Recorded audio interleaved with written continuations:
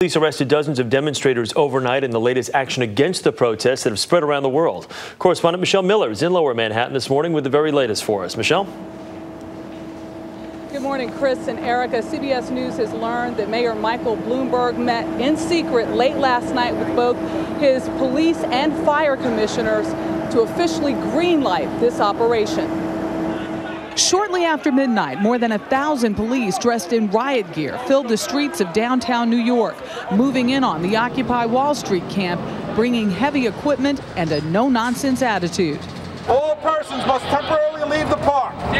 If you refuse to immediately remove your property from the park or refuse to leave the park, you'll be subject to arrest. Earlier, police handed out flyers saying the park had become a health and fire hazard. Protesters were told they would be allowed to return to the park after it was cleaned, but without their sleeping bags or tents. In these cold winter months, they want us to stay here without our tents, without our protection. Dozens were arrested as police moved in. Some protesters resisted. Others taunted police. Many chanted a now familiar phrase. We are the 99%! We are the 99%! They're treating us like we're some kind of violent peoples. This is so sad. This is America.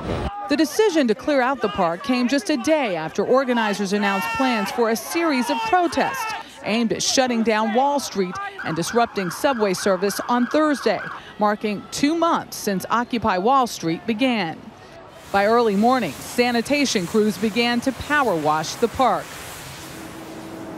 And a short time ago, Mayor Michael Bloomberg issued this statement. Unfortunately, he says the park was becoming a place where people came not to protest, but rather to break laws and in some cases to harm others. The majority of protesters have been peaceful and responsible, he goes on, but an unfortunate minority have not been. That from Mayor Michael Bloomberg on his reasons for cleaning up this park, shutting it down temporarily to protesters, but the city says that protesters will be allowed back in. They just will not be allowed to camp out.